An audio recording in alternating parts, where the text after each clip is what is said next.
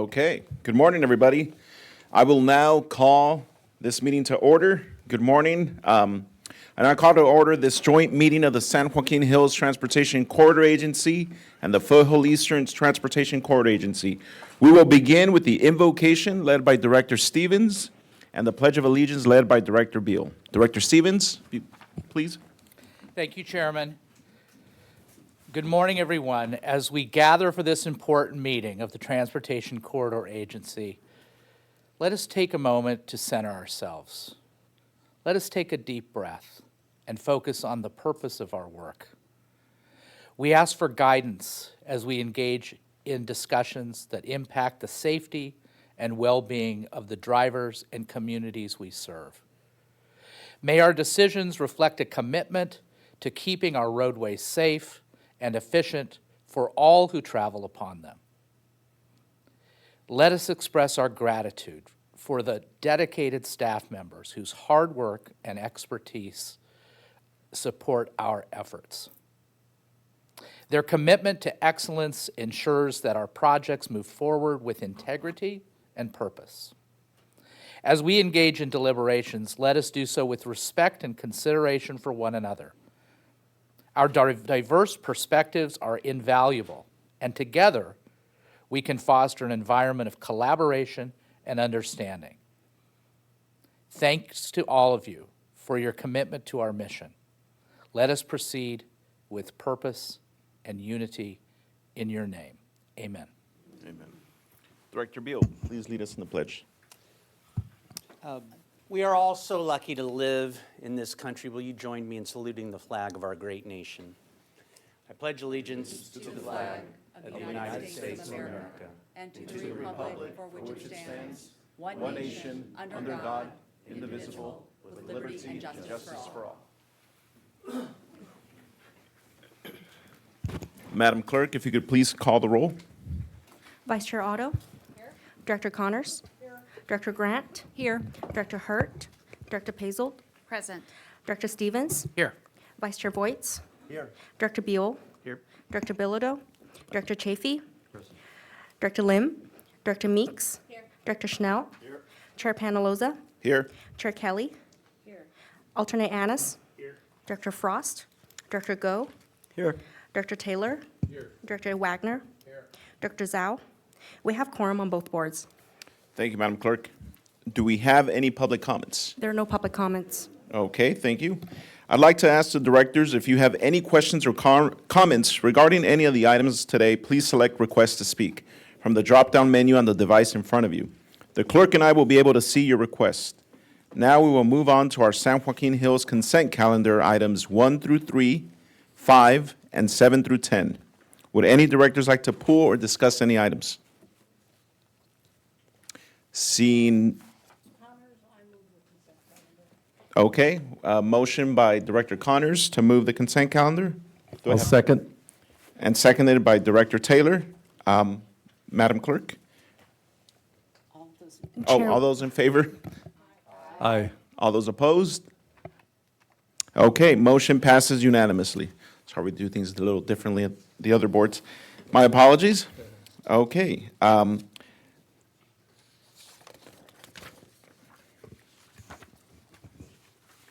Now, for San Joaquin Hills, do I have a motion and a second? I'll move. Moved by Consent Vice calendar. Chair Voights. Do I have a second? I believe you said for the San Excuse- Joaquin Hills, you mean for the Foothill Eastern. Oh, okay, now we will move, I'm sorry. Now we will move on to the Foothill Eastern consent calendar, 1 through 2, 4, 6 through 8, and 10 through 12. Mr. Chair, I'll move consent calendar. Oh, Kelly, second. okay, thank you. As motion by Vice Chair Voights and second by Chair Kelly. All those in favor? Aye. Any opposed? Wonderful, motion passes unanimously, Madam Clerk. Now we move on to board business, items 13 through 15. First, we have item 13, the 24191 Express Connector Agreements. This item is a Foothill Eastern only item. The item will be presented by Stephanie Blanco, Chief Capital Programs Officer. May we please have that report? Thank you, Chair. Good morning, Chair, Vice Chairs, and board members. I'm so excited to be here today. Stephanie Blanco, Chief Capital Programs Officer, and I am very excited to be here today to bring forward the 24191 agreements. This has been a monumentous effort to get us to this point, years in planning, development, and very focused effort in the last couple years to work with partners to get to a consensus on terms. So I'm very excited to be here and definitely want to thank the ad hoc members that have been working with staff to help us identify terms that we need to negotiate in good faith for Foothill Eastern Board. So let's get into it. I just want to kind of give you the lay of the land here in terms of, we'll just have a brief overview. We'll talk about the highlights of each of the agreements. And we want to talk about, staff wants to provide a status in our coordination with the California Transportation Commission for the AB 194 tolling authority, and then our overall milestone schedule. For project partners, TCA is the sponsoring agency.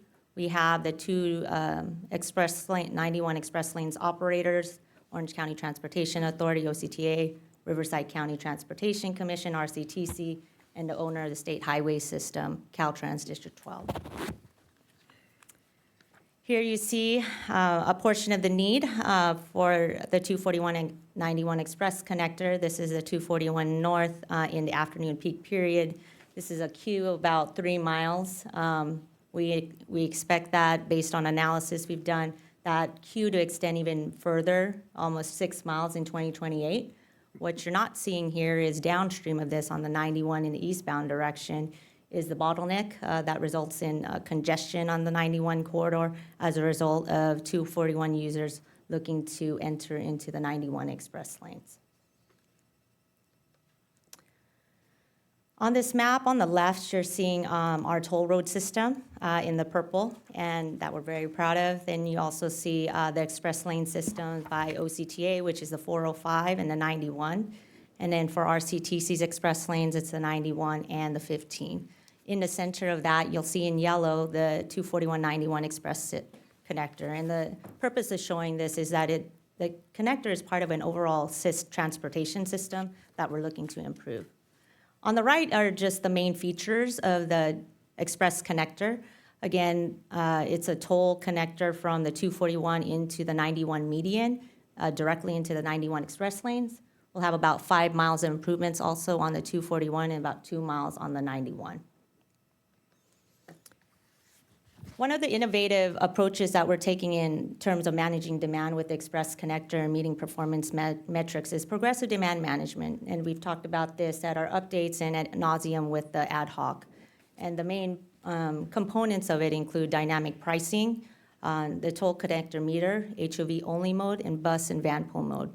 And the purpose of these tools is to make sure that we're meeting those performance metrics on the 91 express lanes and our connector, and to maintain and optimize system performance. This timeline demonstrates all of the efforts in planning, development, design, and even highlights the term sheet that was agreed upon by all the partner agency executives in 2019. All of that has culminated in us memorializing it in the agreements that we're bringing forward to this board for consideration and approval. For project benefits, with implementation of the project, we're looking to improve regional mobility, providing choices to our customers and to the traveling public.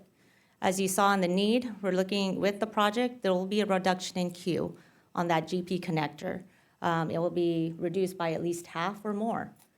With the weaving, we're looking at, with the express connector, that bottleneck will be reduced, the weaving will be reduced because of that direct connector, and as a result, there will be travel time savings.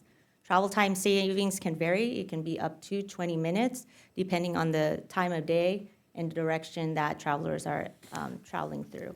And of course, there will be some air quality benefits and improvement in average vehicle occupancy.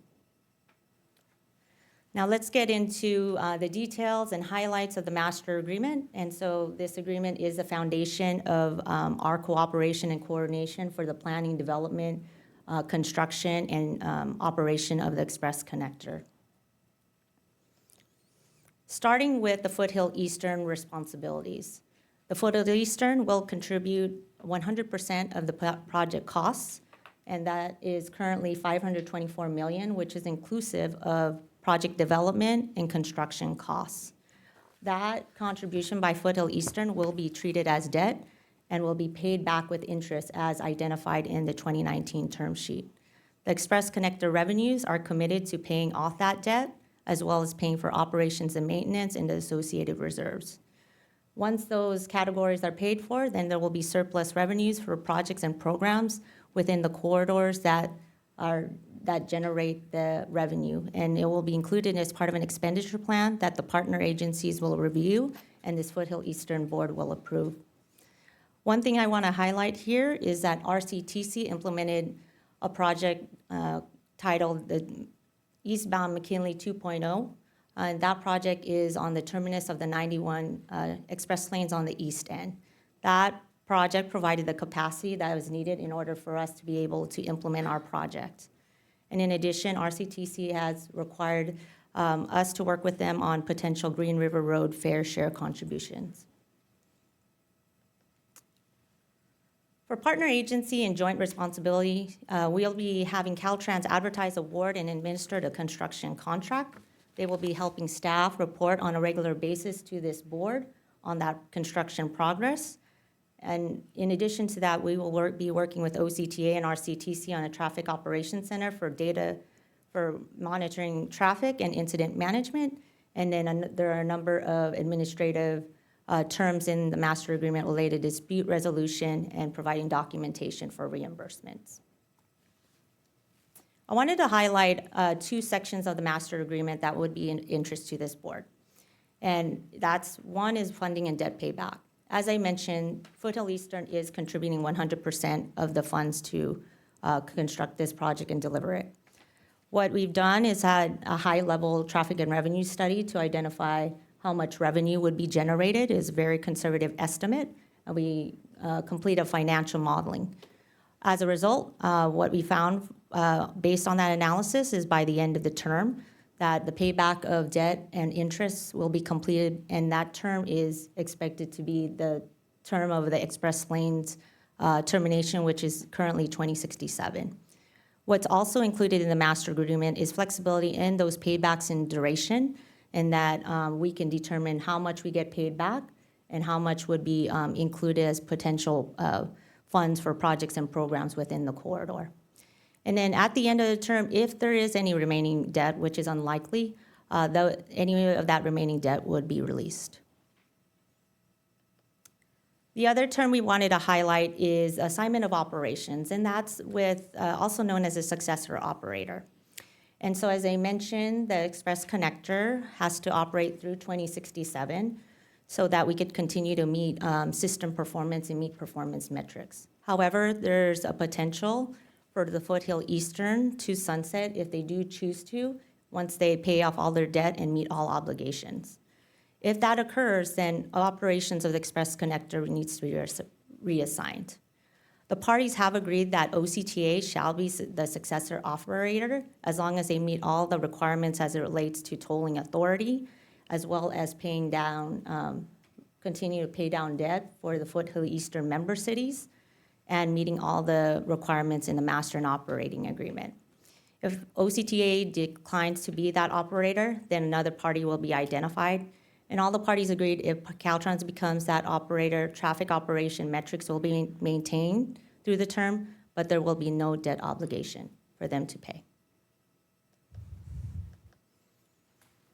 So this is a listing of all the terms that we've come to agreement with all the parties. And this has taken a lot of negotiations and discussions and bringing up to the ad hoc. And so we're very close to having a final draft that's executable. Our partners are looking to go to their committees and boards in the near future, and so there may be some minor modifications between now and when our partners go to their boards. Moving on to the operating agreement, and this is between TCA, OCTA, and RCTC, the toll operators, and this basically provides the obligations related to operations and maintenance of the toll system. The main tenet of this agreement is the performance metrics, being that the 60 miles per hour be maintained within the express lanes in the critical zone and then associated volumes within each of the areas of the express connector and the 91 express lanes. Also included in the operating agreement is major considerations for the 91 express lanes on the east end, and it's expected that there will be additional congestion on that, in that area, and so it needs to be monitored closely. What RCTC and TCA have agreed to is that during the super peak periods, likely Thursdays and Fridays, that there would be 370 vehicles on the express connector. And then the definition of super peak would be associated with eastbound toll rates above a certain baseline, density, average speeds, and any queues that are observed. What's important here is a governance process that will be reviewing operations on a regular basis, and then the opportunity to change these considerations to optimize system performance. And so that could be piloted, and then it could be a permanent modification if all the parties agree. This highlights all the terms that we've agreed on in the operating agreement, from traffic monitoring to review, draft toll policy that will be brought to this board at a later date prior to opening, enforcement, how we deal with incidents, maintenance of the toll equipment, and then reimbursement to OCT and RCTC for express lanes closures, if there's any closures that are required as a result of any maintenance or any improvements to the express connector. Moving on to the construction cooperative agreement with Caltrans. This is the instrument that allows Caltrans to AAA the project, and that is, again, advertise, award, and administer the construction contract. Highlights include the estimated cost for construction, which is currently $365 million, and it also includes $71 million for construction management. That is 20% of the construction costs, and these costs are included in the overall $524 million project cost for the project. And included in here is that Caltrans will leave this civil construction and environmental compliance, and then Foothill Eastern will be still responsible for toll system installation and public outreach components during construction, and we will be bringing that back to the board for consideration and approval. And last agreement, the maintenance agreement. This basically details out all the roles and responsibilities for maintenance of the express connector. And so Caltrans will be responsible to ensuring that all the roadway and the structures are at the same quality as other connectors in the Orange County area. And the cost will be paid by Foothill Eastern, and that is described in the term sheet as well as compliant with AB 194. The annual work plan that's going to be developed as part of this agreement will be done on an annual basis and will be agreed on by both parties. And it includes terms in there on how we inform them of any maintenance issues and what the response times would be. This chart shows, our big milestone for today for considering our agreements for approval, but it also shows our partners' expected dates to bring these agreements to their respective boards for approvals. And so this is what's expected. What you don't see on here is Caltrans, and Caltrans does not need to go to any commission or board for approval of the agreements. Those decisions remain with the district and in consultation with their headquarters. I did want to highlight our efforts with the California Transportation Commission and in obtaining the tolling authority for the express connector. We've been coordinating with the CTC for over the last year, and we're looking to submit our formal AB 194 application in the next week or so. We have received questions from CTC as it relates to how we're defining corridors or how we're doing closures, how we're doing our funding. However, staff strongly believes that we're meeting all of the requirements of AB 194, and that is all included as part of our application. Why this is important is that we need to obtain tolling authority as part of us obtaining a toll facility agreement with Caltrans, and both of those items will be required prior to construction award. And this highlights our milestone schedule, and so we're here at this point in third quarter of 2025 to look to approve the master and operating agreements For the Caltrans agreements, it will likely be this quarter or soon thereafter.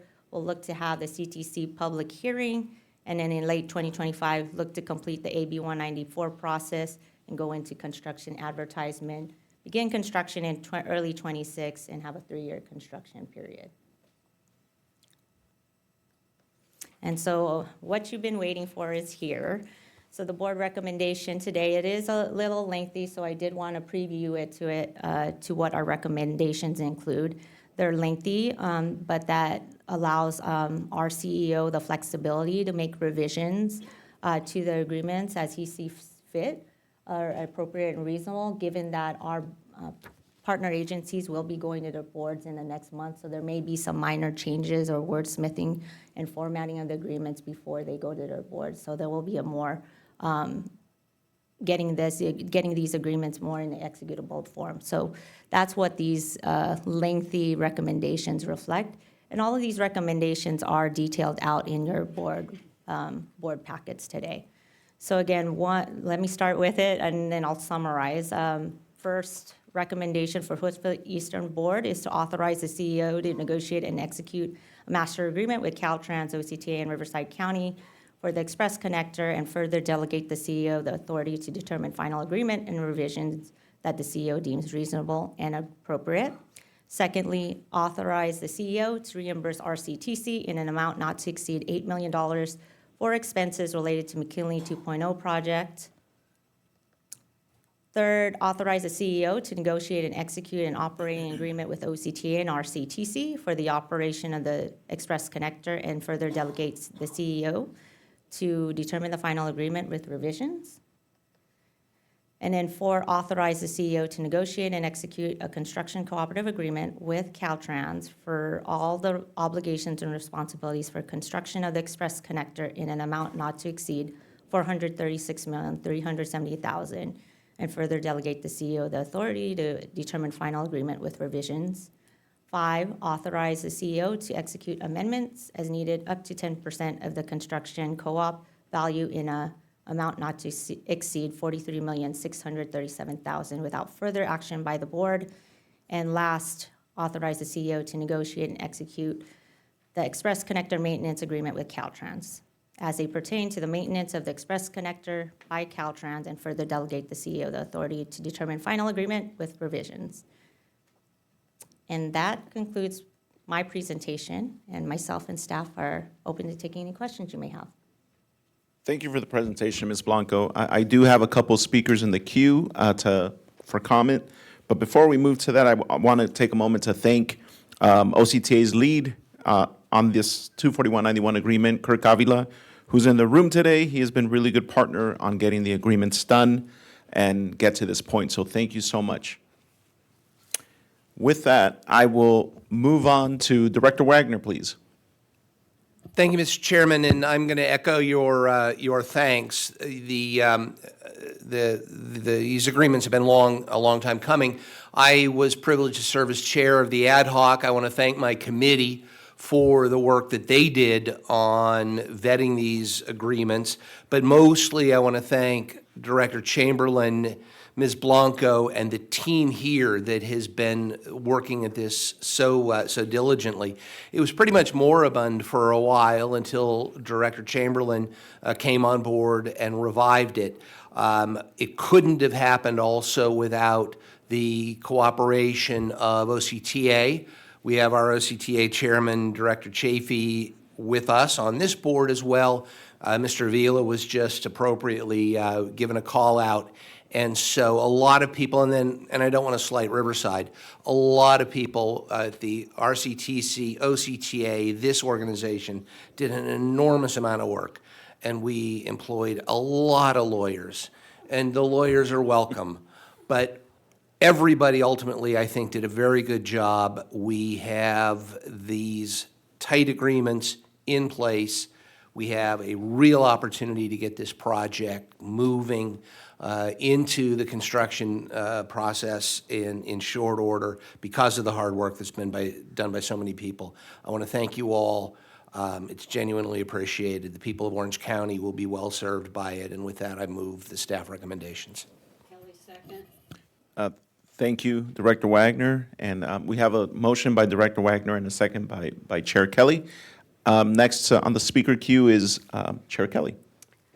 Thank you. I have pretty much the same comments as we heard from Supervisor Wagner, but I want to especially thank and commend you, Ms. Blanco, as well as CEO Chamberlain, Mr. Valdez, the entire team who has worked so hard on this. This was like mission impossible. It goes back, that timeline on page 12 shows how many years this goes back, and I was thinking it goes back as far as I can remember. And then when I saw the dates, I thought, yes, it does. It goes back that far, and it just seemed like it was not going to go anywhere. So we do commend CEO Chamberlain and you and your team, as well as the partners. It's been really a joint effort between our team and the partners, and it's great to see a successful conclusion to this, hopefully conclusion, and with any minor adjustments that might need to be made. I am very confident in this, and again, grateful and commend each one of you who have been working on this for so long. Thank you. Thank you, Chair Kelly. Next on the speaker queue is Director Schnell, please. Thank you, Director Blanco. I guess echoing Confucius once said that the journey of 1,000 miles, and in this case, I guess it's 5 miles, begins with one step. There's a lot of steps that have happened before I got on this board, and been very impressed with all of the forethought, the conversations, negotiations with Caltrans and Riverside have been very, very difficult. And the fact that we're actually here and this project is going to have shovels in the ground, hopefully in 2026, is very impressive, and I'm very happy for my constituents because it will benefit them as well as myself when I end up going to Mammoth in the wintertime and not sitting for 3 hours in traffic. I did have one question. On page 25, you talk about the construction cooperative agreement, and it says that Caltrans will lead civil construction environmental compliance. I just want to make sure if there are any overruns, and I know we've got a kind of a governor on 10%, but will the FETCA have oversight controls to manage those overruns? Or are we giving that latitude to Caltrans to help manage that? As part of the construction contract, there's about 50,000 that Caltrans can get approval for to move forward. But if there's anything, Foothill Eastern will have our own project construction manager that will help work with Caltrans construction manager to manage the construction contract, and then we'll be managing those costs and schedule items and be regularly reporting to the board. And if there is potential overruns, that would be brought back for consideration. Okay, just want to make sure, since we're cutting the checks for this, we want to make sure that we've got some oversight and controls Yes. around any potential overruns. Okay, thank you. Director. Thank you, Director Schnell. Next up, Director Taylor, please. Oh, I think I withdrew my Oh, comment, so okay. Thank you. Yep. Thank you for that. Director Meeks? Thank you. I do want to thank the staff in moving this forward and your whole team, but I also want to thank this board for supporting this project, making it a priority, and really moving it to the finish line. It will make a huge difference in my community and myself and all my neighbors. Thank you. So that is it for speakers. I also want to thank the entire organization on all three agencies for this work. I just was stuck in that bottleneck this past weekend, visiting some friends in Corona, and I know it's going to make a massive, massive difference to this entire region. So thank you so much for that work. With that, I will now, so we had a motion by Director Wagner, seconded by Chair Kelly. This is a Foothill Eastern item only. All those in favor? Aye. Aye. Any opposed? Wonderful. Motion passes unanimously. Thank you so much, Stephanie.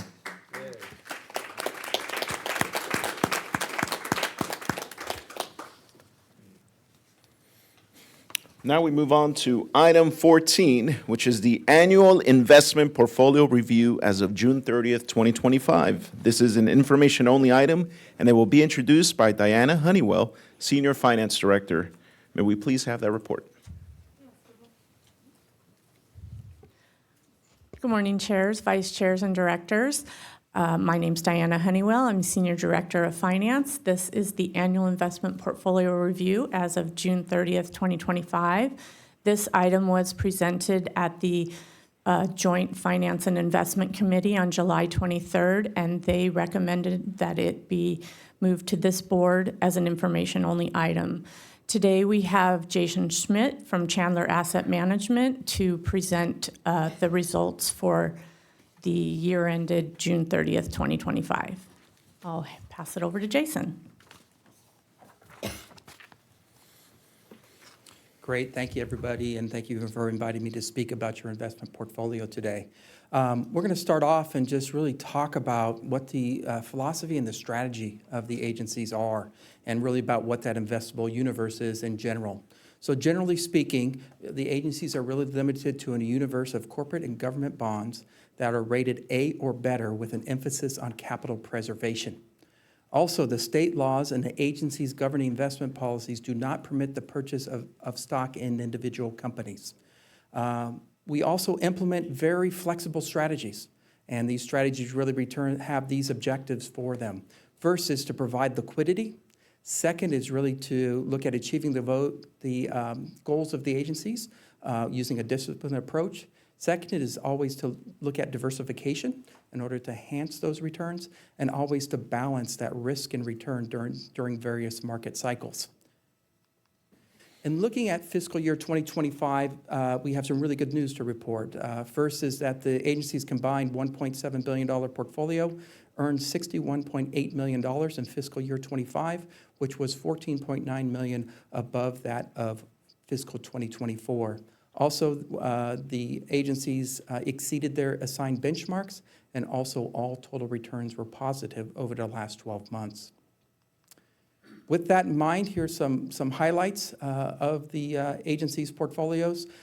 So we've been locking in higher rates in longer-term securities, and that's by reinvesting some of the maturities into longer-dated securities, really to protect against potentially falling interest rates and also capture those opportunities that were there. In addition to that, we added selective corporate securities, so we strategically added those throughout the fiscal year in order to capture that incremental yield by retaining that high credit quality of the portfolio. Looking at the yield of the portfolio, and so you can see here on the very top here, this is as of June 30.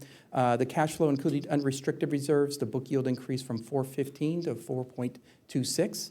On the indentured funds, the book yield actually decreased slightly from 4.16 to 4.10, and that's because we were managing those portfolios to a reserve release that was part of the early bond buyback. So you can see that decreased just a slight amount. As far as Foothill Eastern, the cash flow including unrestricted reserves increased from 4.17 to 4.38. And the indentured fund, the book yield increased from 3.38 to 3.69. This is all about what we talked about before, having those proceeds of the maturities, investing that into a higher interest rate environment, thus increasing the yields on those portfolios. Looking at the total return, and remember that total return is not only the income that you're earning on those portfolios, but also the change in fair value of that portfolio. So the total returning for the cash flow, including unrestricted reserves, was 5.67%. On the indentured reserves, the total return was 5.78%, which is about 11 basis points or 0.11% above the benchmark. On the Foothill Eastern portfolios, the cash flow, including unrestricted reserves, was 5.78%. And on the indentured funds, the total return was 5.90, or about 0.23% above that of the benchmark. So a very good return for those portfolios. Looking at how the portfolios are structured, and so you can see here looking at San Joaquin, you can see the total portfolio is around $700 million. And with those dollars, what we do is we group the different accounts into different groups depending upon what the sources and uses of those funds are. And so that's displayed here in the pie graph. The two largest examples of that are the cash flow, including unrestricted reserves, which are around $302 million, and also the yield restricted securities, which are approximately $85 million. Looking at the asset allocation, what types of securities that we're investing in. Notice that we're using all the tools in our toolbox, basically those investments that are permitted per the investment policy and also California Government Code. And what you can see here is that the pie graph shows all the different types of securities. You can see the largest ones here are U.S. Treasuries, are around $430 million, and then you have corporate bonds being approximately $142 million. Moving on to Foothill Eastern, looking how those are grouped together. Again, you can see that this portfolio is a little bit over $1 billion. And you can see the indentured funds is approximately $246 million, and the cash flow, including unrestricted reserves, is around $647 million. Moving on to the overall asset allocation. And so this again shows the pie graph with the various types of investments in the portfolio. Corporate bonds are approximately $209 million, and then the highest category there is U.S. Treasuries at $612 million. Thinking about the future strategy of the portfolio, and so it's really about maintaining a very disciplined approach and investing in longer-term securities ahead of any potential rate cuts by the Federal Reserve. At this point in time, it looks like there's a high probability that we may get a rate cut here in September. And then maybe in their October meeting or their December meeting. Right now, we think that there's a possibility of potentially 2 rate cuts in 2025, but of course, that information changes on an ongoing basis, but that is our viewpoint with the information that's out there today. And then we will also continue to hold corporate bonds and add to them selectively, depending upon what we're seeing in the marketplace and what that yield pickup is on those particular securities.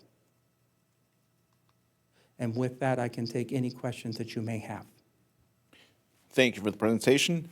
Directors, do I have any member that wants to speak or comment? No questions? Director Schnell, go ahead. Thank you for the presentation. I appreciate it. I'm glad that you addressed yield. I know that we're expecting potentially 1 or 2 rate cuts, and what was your plan to kind of try to find yield as rates on treasuries come down? The question I had is, I know we can't invest in individual stocks, but are we allowed to do exchange-traded funds or no? No, that's not permitted by the California Government Code. Still, okay, even though it's a bucket of individual stocks, we still can't do that? Correct. Okay, great, thank you. Thank you, Director Schnell. Anybody else? I will, this item is information only. I will call for a Foothill Eastern, I'm sorry. What am I saying? Our last business item, we'll now move on to business item 15. Last business item is the fiscal year 2025 strategic plan status report. This is a receive and file item, and it will be presented by Deputy CEO Tim Byrne. May we please have that report? Good morning, Chairs, Directors. Tim Byrne, Deputy CEO. This receive and file item is the annual update to our strategic plan. The strategic plan shown here on this slide is grounded in both the agency's vision and mission. The vision to promote enhanced mobility, safety, and environmental quality, and the mission to deliver a congestion-free alternative highway network based on customer service, innovation, and fiscal self-reliance. A little bit of background on how the strategic plan is organized. The values, goals, and objectives that lead to specific activities for each of these 7 focus areas. They provide a roadmap to track progress as well as direct staff to ensure that the initiatives developed by the board are carried out. This strategic plan was adopted last September. Last September, when this was adopted, it transitioned from a 7-year plan to a 5-year plan. So this 5-year plan covers us through fiscal year 2025 through 2029. In 2027, we will start that process over again to update the strategic plan, at which point it will go from 2028 to 2032. Every 3 years or so, we update the strategic plan. Previous versions of this annual update have developed a roadmap of how we can present progress and status, a dashboard, so to speak, with different colors to discuss the process and progress we've made. Since this is the first update, you'll see a lot of green. You don't see any red or any yellow. You will see 1 check mark. But I will note that even after the strategic plan is complete, you won't see check marks next to every initiative or activity. There's several activities that are general in nature, customer service enhancements, technology considerations. These are never ending as these change. We consistently can do better with customers, so there will never really be an end to certain tasks. So that's why you won't always see check marks, but we will note progress made for each of these initiatives. The detail for every single activity under every focus area is included in the staff report. I'm only going to touch on highlights within each focus area rather than focus on every single activity. For fiscal management, I'm going to point out two highlights. Activity number one, the policy to maintain zero unfunded pension liability. Back in 2019, that liability was paid off. We have not maintained a balance since then, but the board did want to make sure we had a policy that if there is an unfunded pension liability that grows, how to manage that. We want to maintain that at a zero balance. And then importantly, activity three, $417 million in early paydowns during this 5-year plan life cycle. Very important. We've actually started this. During this last fiscal year, we paid down $200 million of early paydowns for San Joaquin Hills in January, and another $94 million is scheduled over the next 2 fiscal years, and that leaves about $123 million for Foothill Eastern. Callable bonds start in July of 2027, so we anticipate paying down that $123 million during this time frame as well. Together, the $417 million will save the agencies $405 million in interest with these early debt paydowns. Environmental stewardship, here's one where you likely will not see a lot of check marks. These activities are ongoing and always will be. The highlight here is additional wildlife fencing, always a topic of conversation, always very proud from staff's perspective as to what we provide here. We've won a lot of awards with regards to wildlife fencing. We've been doing some studying in the last year to prioritize additional fencing, and in the very near future, the committees and boards will see activities related to where we go in the future with regards to that prioritization and what investments we should consider making with regards to additional fencing to protect not only the wildlife, but our drivers as well. Customer service, always ongoing as well.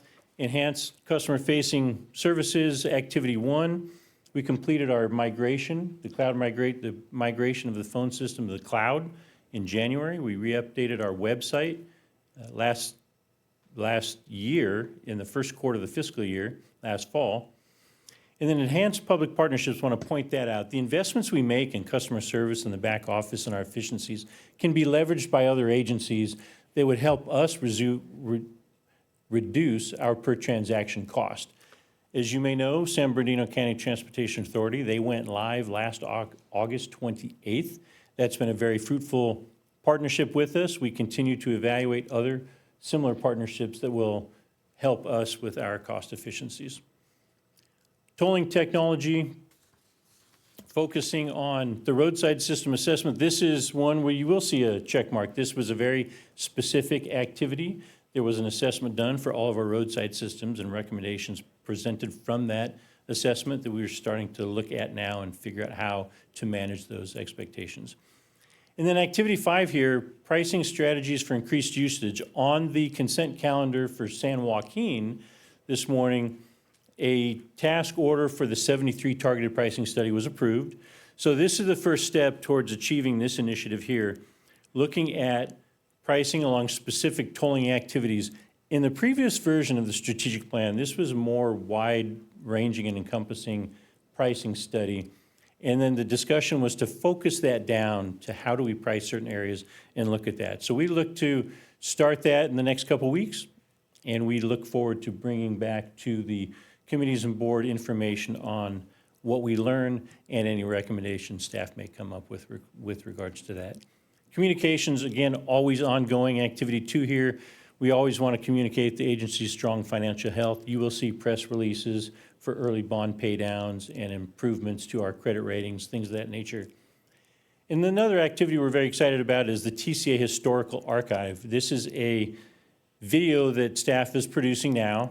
We're in the draft stages of doing that. We look forward to daylighting that to the boards in the very near future. So looking forward to that, very excited about that upcoming activity.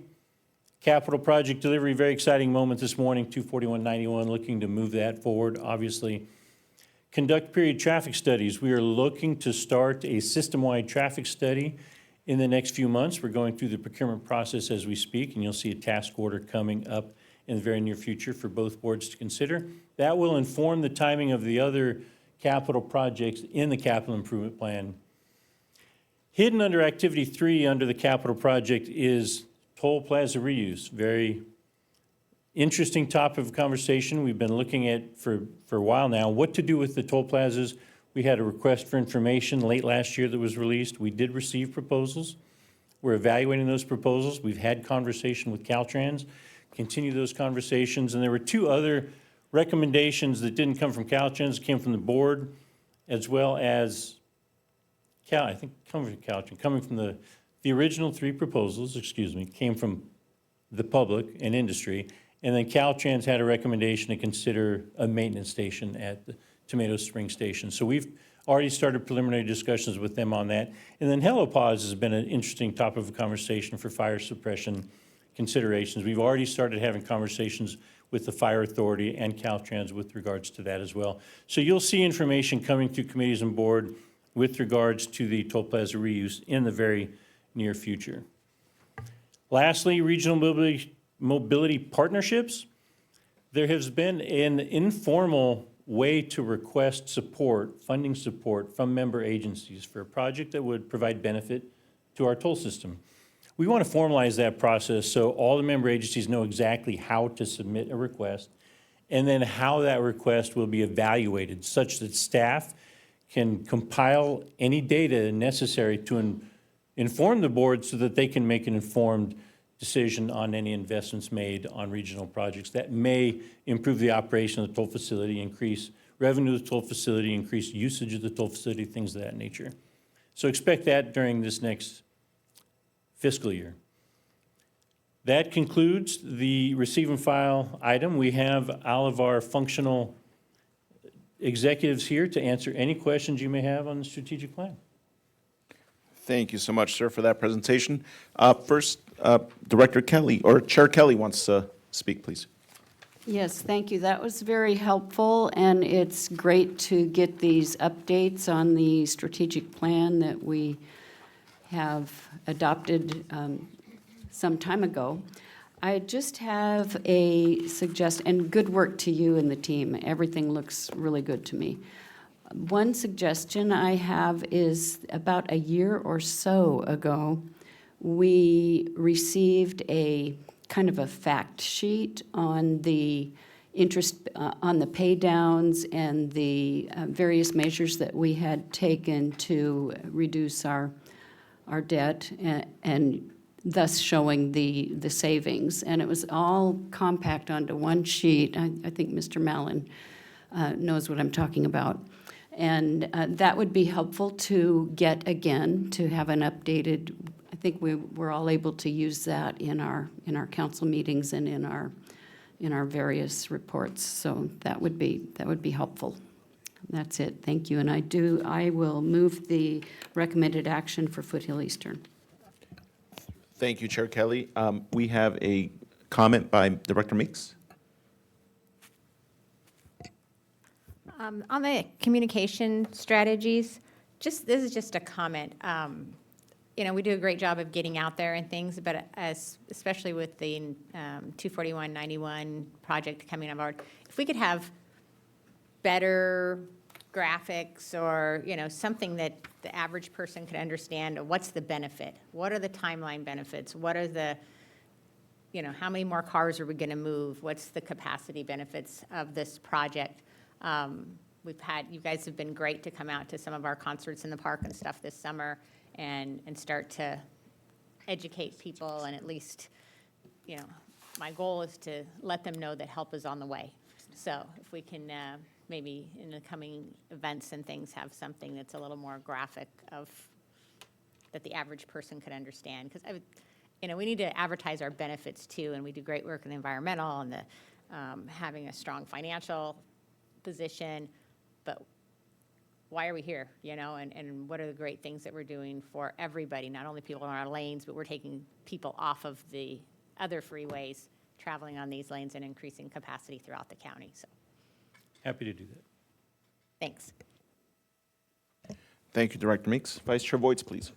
Yeah, thank you for the report. Obviously, we've got a lot to be proud of. You know, I'm thankful that we lay out a roadmap to where we want to be and where we're going, and that you don't conclude we're always looking to improve.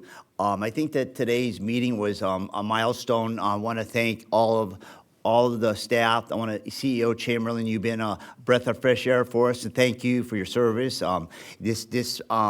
This progress we made today and moving forward, the 241-91 flyover is going to be monumental to the traffic in Orange County, those going to the east. So the fact is, we're a job hub. We got lots of people coming from the Inland Empire to come to work in Orange County, and there's a lot of commuters that use that, and it ties up their Fridays immensely because that's the worst day, but all the days. And so today was a very good thing, but just the milestone and the way you laid those 7 out, you've all got to be very proud of what we've done and the accomplishments we have, and continuing to be a leader in a good management. So I want to thank everybody. I want to thank our board for your service with us here, and thank you. Thank you, Vice Chair Voights. It is my understanding this is a receive and file only, so no motion is needed, correct, Madam Clerk? That's correct. Thank you. With that, are there any public comments? There are no public comments. Thank you for the presentation, by the way. Okay, now we will move on to our Chief Executive Officer's report. I will Thank you. turn it over to you, CEO Chamberlain. Thank you, Chair Penaloza. As some of you may already know, last month, TCA sponsored legislation for national interoperability, AB 334, passed out of the Senate Judiciary Committee by a vote of 13-0, with amendments from the committee. While this is good news, there is more work ahead on AB 334. The amendments included from the committee present too much risk as currently written for toll operators in our current operations. With that said, prior to the judiciary vote, the author agreed with the Judiciary Committee Chair to continue to work on this bill during the summer recess to try to find workable language to allow for national interoperability without unnecessary risk to current toll operations around the state. We are currently in discussions with judiciary staff now on the potential revised language. We'll report back out on any further progress on 334 as it happens. I'm pleased to report that the replacement and installation of additional channelizers was completed last month, July 17th, at the north end of the SR 241 at the approach to the 91 freeway. In total, 85 new channelizers were installed and 41 replaced in the Gore area between the 241 connector and SR 91, where we had noticeable queue jumping. The new channelizers enhance safety for motorists transitioning from the 241 to the 91 freeway, as well as further preventing queue jumping from drivers who use the access road to avoid the queues right at the Gore point. So that's what we were striving to fix with this project. While we will continue to coordinate with Caltrans and CHP to monitor the area to ensure the effectiveness of the channelizers and their placement. Last week, TCA hosted an energetic group of undergraduate and graduate students, college students, as part of the WTS Orange County Transmission Academy. It was TCA's 16th year hosting this event. Students were taken on a tour of the 241 toll road while learning about the history of TCA, innovations in toll operations, and our environmental commitment and award-winning programs. The sessions wrapped up with an interactive panel with students and TCA senior staff. A goal of the day was to give students a sense of what working in transportation has to offer for them, to ask questions of transportation leaders on their career journeys in our industry. Programs like this are important for the overall health of transportation industry to help ensure there is a robust pool of qualified people that can replace others as they retire or leave for other adventures. Last and certainly not least, I want to thank the 24191 ad hoc members and the entire Foothill Eastern Board of Directors for your guidance, time, leadership, and support, all of which was needed and appreciated to move the 24191 project forward. I also want to give special recognition to the TCA team members who helped reach this major milestone on the 24191 Express Connector. Their dedication to delivering the project, leadership, and perseverance is greatly appreciated. Special thanks to Ms. Blanco, Ms. Anderson, Ms. Miller, Mr. Valdez, Mr. Mallon, Mr. Byrne, and former Deputy CEO Amy Potter. There are many, many others here at TCA that had a hand on this project. I thank you and congratulate you for this milestone. I also extend my gratitude to our partner agencies, Caltrans, OCTA, and RCTC for their collaboration, time, and support at moving this much-needed project forward. This has truly been a heavy lift. I am personally grateful to everyone who played a role in moving this project forward. Thank you all. That concludes my comments.